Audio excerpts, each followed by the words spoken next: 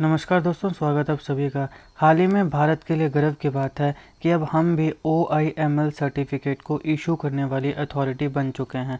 जैसा कि आप द हिंदू की ये न्यूज़ देख सकते हैं, now India can issue internationally accepted OIML certificate for selling weights and measures. तो हम इस वीडियो में विस्तार से देखेंगे कि OIML है क्या, OIML सर्टिफिकेशन क्या होती है, और अब क्योंकि भारत भी OIML सर्टिफिकेट को इशू करने वाली अथॉरिटी बन चुका है तो ये किस प्रकार से इकोनॉमिकली हमारे लिए बेनिफिशियल होने वाला है। तो इसमें हम इन सारी चीज़ों को विस्तार से कवर करने वाले हैं। आप इस वीडियो को अंत तक देखेगा, चैनल पर नया तो सब्सक्राइब अवश्य करिएगा। Politics, economy, GK, tax, geography, science, environment, ecology के तमाम वीडियोज़ को देखने के लिए एक बार हमारी प्लेलिस्ट को जरूर चेक करिएगा। चलिए शुरुआत करते हैं। देखिए, OIML जिसकी फुल फॉर्म है international organization of legal metrology.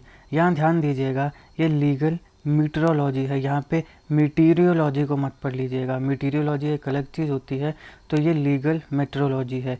OIML international organization of legal metrology, इसको इस्टेब्लिश किया गया था 1955 में। इसका हेडक्वार्टर है पेरिस में। इससे डायरेक्टली सवाल पूछा जा सकता है क्योंकि ये काफ़ी खबरों में है, ध्यान रखिएगा। इस्टेब्लिश किया गया था 1955 में, हेडक्वार्टर है पेरिस में। अब ये है क्या? ये एक इंटरनेशनल स्टैंडर्ड सेटिंग बॉडी है, ऐसी बॉडी जो कि स्टैंडर्ड को सेट करती है। किसके लिए? ये डेवलप करती है कुछ मॉडल रेगुलेशंस, कुछ स्टैंडर्ड्स और कुछ रिलेटेड डॉक्यूमेंट्स को, जो कि किसके द्वारा यूज़ किए जाएंगे? लीगल मीटरोलॉजी अथॉरिटीज़ और इंडस्ट्रीज़ के द्वारा। तो जो भी लीगल अथॉरिटीज़ हैं, जो भी लीगल इंडस्ट्रीज़ हैं रिलेटेड टू मीटरोलॉजी, अब हम आगे देखेंगे कि इसका मतलब क्या है। उनके लिए जो भी रिलेटेड डॉक्यूमेंट्स की ज़रूरत होगी, जो मॉडल रेगुलेशंस हैं और जो स्टैंडर्ड्स हैं, उसको सेट करता है OIML international organization of legal metrology. OIML काफ़ी क्रूशल रोल प्ले करता है नेशनल लॉज की हार्मोनाइजिंग के लिए। हार्मोनाइजिंग का मतलब होता है सामंजस्य बिठाना। जैसे अलग अलग कंट्रीज़ हैं, तो ऐसा नहीं है कि एक देश का अलग लॉ है, एक देश का अलग लॉ है, ऐसा नहीं चलेगा। सारी कंट्रीज़ के जो अपने अपने नेशनल लॉज हैं उनमें क्या होनी चाहिए? हार्मोनाइजेशन होनी चाहिए, यानी सामंजस्य होना चाहिए। तो इन सारे के सारे अलग अलग नेशनल लॉज में सामंजस्य बिठाने का जो काम करता है वो OIML करता है। OIML मुख्यतः जो मेजरिंग इंस्ट्रूमेंट्स होते हैं उनकी परफॉर्मेंस को रेगुलेट करता है। अब सवाल है, ये कौन से मेजरिंग इंस्ट्रूमेंट्स हैं? देखिए, जैसे कि जो रेडार स्पीड मेजरिंग इंस्ट्रूमेंट्स होते हैं, या फिर कुछ मेजरिंग इंस्ट्रूमेंट्स जो शिप टैंक्स में पाए जाते हैं, जो कि पोर्ट्स में होते हैं। इसके साथ साथ जो पेट्रोल डिस्पेंसिंग यूनिट्स हैं, वहाँ पे कुछ मेजरिंग इंस्ट्रूमेंट्स हैं। फिर क्लिनिकल थर्मोमीटर्स हैं, इसके साथ साथ अल्कोहल ब्रीथ एनालाइजर्स हैं। तो इस प्रकार के जो मेजरिंग इंस्ट्रूमेंट्स होते हैं, इनकी परफॉर्मेंस को रेगुलेट करता है और इनसे रिलेटेड जो नेशनल लॉज हैं उनमें सामंजस्य बिठाने का क्रूशियल रोल प्ले करता है OIML। अब जैसे हमने कहा कि भारत OIML सर्टिफिकेट को इशू करने वाली कंट्री अभी बना है, यानी हमारे पास अब अथॉरिटी है कि हम इस सर्टिफिकेट को इशू कर सकते हैं। लेकिन हम OIML का पार्ट पहले से थे, हम OIML का मेंबर पहले से थे। ऐसा नहीं है कि हम अभी मेंबर बने हैं, हम उस ऑर्गेनाइजेशन का मेंबर पहले से थे। बस उस सर्टिफिकेट को इशू करने की जो अथॉरिटी है वो अभी हमारे पास आई है। तो जैसा हमने कहा कि 1955 में बना था, तो फिर हम इसका मेंबर कब से बने? तो हम 1956 में OIML का मेंबर बने थे। 55 में ये बना था और 56 में हम इसका मेंबर बने, लेकिन हम सिर्फ उसका मेंबर थे। अब हमारे पास अथॉरिटी है कि हम भी OIML सर्टिफिकेट को, जो कि मेजरिंग इंस्ट्रूमेंट्स हैं, उनके लिए जो भी सर्टिफिकेट की ज़रूरत होती है, उस सर्टिफिकेट को हम इशू कर सकते हैं। पहले हम मेंबर थे लेकिन इशू नहीं कर सकते थे। अब जिस साल में 1956 में हम OIML का मेंबर बने, उसी साल हमने मीट्रिक कन्वेंशन को भी साइन किया। तो अब यहाँ सवाल है कि ये मीट्रिक कन्वेंशन क्या है? देखिए, मीट्रिक कन्वेंशन, इसको हम ट्रीटी ऑफ द मीटर भी कहते हैं। अब ये करती क्या है? ये जितने भी मेजरमेंट सिस्टम का स्टैंडर्ड है उनका ग्लोबल बेसिस बनाती है। ये जो मीट्रिक कन्वेंशन है, ये इनकरेज करती है scientific discovery, innovation, international trade, industrial manufacturing और जो क्वालिटी ऑफ लाइफ है, इन सारी चीज़ों को ये क्या करती है? इनकरेज करती है। इसका एम है इस प्रकार से एक फ्रेमवर्क बनाना ताकि साइंस और जो मेजरमेंट्स हैं उनमें पूरी दुनिया में ग्लोबली एक कोलैबोरेशन जो है वो आ सके। इस ट्रीटी को 20 मई 1875 में साइन किया गया था और इसी ट्रीटी के तहत BIPM को बनाया गया था। BIPM के फुल फॉर्म है international bureau of weights and measures. ध्यान देने वाली बात यह है कि क्योंकि इस ट्रीटी को 20 मई 1875 में पेरिस में साइन किया गया था, इसीलिए हर साल 20 मई को हम इंटरनेशनल मीटरोलॉजी डे मनाते हैं। तो इंटरनेशनल मीटरोलॉजी डे कब मनाया जाता है? 20 मई को मनाया जाता है, आपने ध्यान रखना है। अब यहाँ पे BIPM यानी bureau international des poids et mesures, या जैसे हमने कहा international bureau of weights and measures, और OIML international organization of legal metrology, ये दोनों मिलकर काम करते हैं इंटरनेशनल मेट्रोलॉजी डे की सेलिब्रेशन में, या फिर जिस प्रकार से हमने एक सामंजस्य बिठाना है, उस सारे सामंजस्य को बिठाने में ये दोनों जो ऑर्गेनाइजेशन है ये मिलकर काम करती हैं। अब हम यहाँ पे आते हैं कि OIML सर्टिफिकेट ये होता क्या है। जैसे मान लो कोई डिजिटल बैलेंस है, ये क्लिनिकल थर्मोमीटर है। अब यहाँ पे कुछ ना कुछ इन चीज़ों के स्टैंडर्ड्स होने चाहिए कि ये किस प्रकार से काम करें। तो इन स्टैंडर्ड्स के लिए OIML सर्टिफिकेट आते हैं।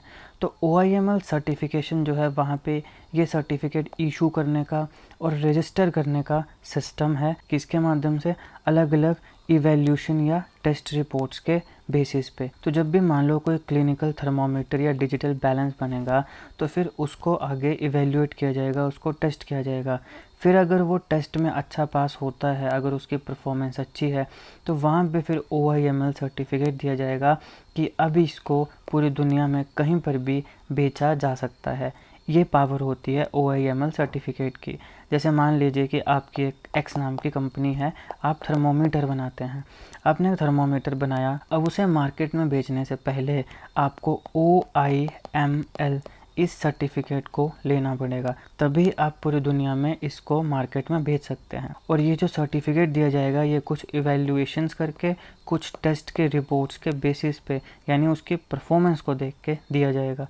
तो बेसिकली ये है OIML सर्टिफिकेट। तो पहले क्या होता था कि OIML सर्टिफिकेट्स को इशू करने की जो अथॉरिटी है वो मात्र 12 देशों के पास थी। अभी यहाँ पे इंडिया जो है ये 13वां देश ऐसा बना है जो OIML सर्टिफिकेट्स को दे सकता है।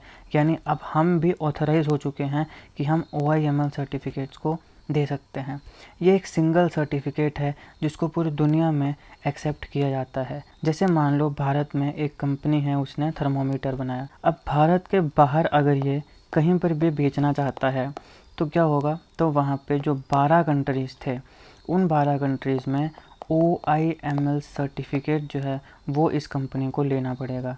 अगर इसको यह सर्टिफिकेट मिलता है तो ही ये पूरी दुनिया में जितनी भी मार्केट है वहाँ पे अपना थर्मोमीटर बेच सकता था। लेकिन अब क्योंकि भारत के पास खुद OIML सर्टिफिकेट को इशू करने की अथॉरिटी आ गई है, तो अभी यहाँ पे किसी भी और देश में जाने की ज़रूरत नहीं है। अब भारत के पास अपनी कैपेबिलिटी है कि वो खुद OIML सर्टिफिकेट जो है वो उसको इशू कर सकता है। पहले हमें बाकी जो 12 देश हैं उनके पास जाके ये सर्टिफिकेट लेना पड़ता था, लेकिन अब हम खुद, हमारा जो भारत है वो ये सर्टिफिकेट इशू कर सकता है। भारत ने OIML सर्टिफिकेट को इशू करने की अथॉरिटी बनने के लिए मार्च 2023 में अप्लाई किया था और अभी हमारे पास वो अथॉरिटी आ गई है।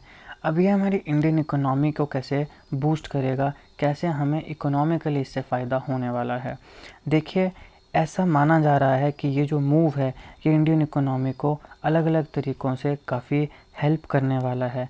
इससे हमारे एक्सपोर्ट्स भी इंक्रीज़ होंगे, क्योंकि अब हमें किसी और देश में जाके उस सर्टिफिकेट को लेने की ज़रूरत नहीं है। अब भारत में खुद ही ये सर्टिफिकेट दे दिया जाएगा। तो इससे माना जाता है कि हमारे जो एक्सपोर्ट्स हैं वो इंक्रीज़ होंगे, हमारी फ़ॉरेन एक्सचेंज जो अर्निंग है वो इंक्रीज़ होगी, और इसके साथ साथ एम्प्लॉयमेंट जनरेशन में भी ये काफ़ी मदद करेगा।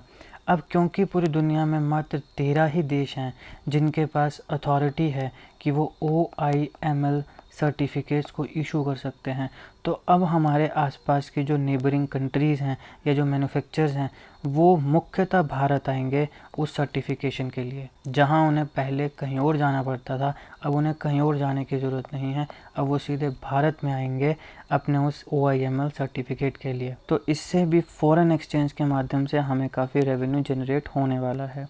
इससे एम्प्लॉयमेंट जनरेट होगी और इसके साथ साथ अलग देशों के जो मैन्युफैक्चरर्स हैं वो भी हमारे भारत की तरफ देखेंगे OIML सर्टिफिकेशन के लिए। तो अब यहाँ पे सवाल ये है कि भारत में वो कौन से मिनिस्ट्री या कौन सा डिपार्टमेंट है जो OIML सर्टिफिकेट्स को इशू करेगा।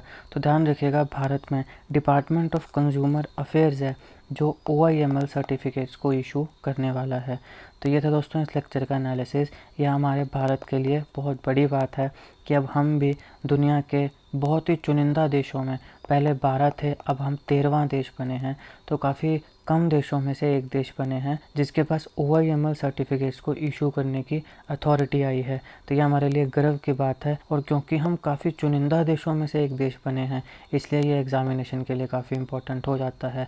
हमने लगभग इससे रिलेटेड सारी चीज़ें कवर करी हैं, OIML से रिलेटेड सारी चीज़ें कवर करी हैं, मीट्रिक कन्वेंशन से रिलेटेड सारी चीज़ें कवर करी हैं, किस प्रकार से हम इसका मेंबर बने और किस प्रकार से हम ऑथोराइज्ड बने कि अब हम भी OIML सर्टिफिकेट्स को इशू कर सकते हैं, हमने कब अप्लाई किया था। जितने इंपॉर्टेंट फैक्ट्स थे मैंने वो सारे के सारे इस वीडियो में कवर करने का प्रयास किया है। आई होप आपको वीडियो अच्छी लगी हो। अगर आपको अच्छी लगे तो लाइक करिएगा, शेयर करिएगा।